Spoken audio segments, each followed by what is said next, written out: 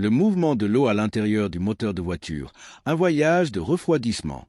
À l'intérieur du moteur d'une voiture, l'eau, ou plutôt le liquide de refroidissement, principalement composé d'eau et d'un antigel, ne se déplace pas de manière aléatoire.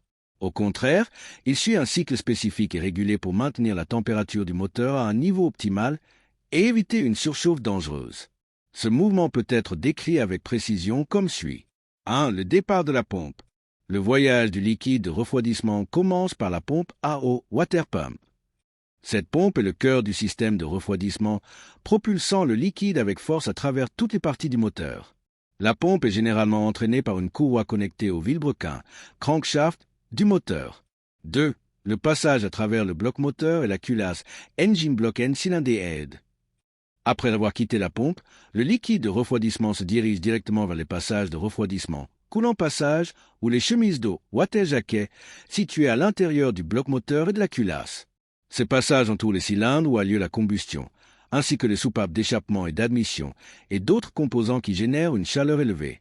Le liquide absorbe la chaleur de ces pièces chaudes, ce qui provoque une augmentation de sa température.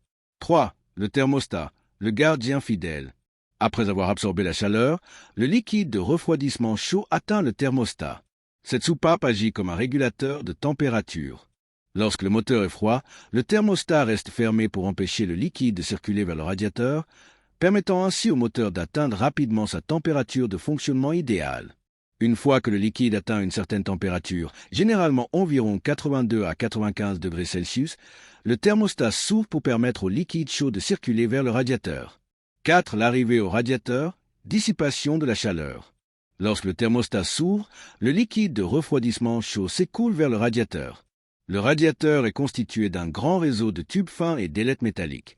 Lorsque le liquide chaud passe à travers ces tubes, la chaleur est transférée du liquide aux ailettes métalliques.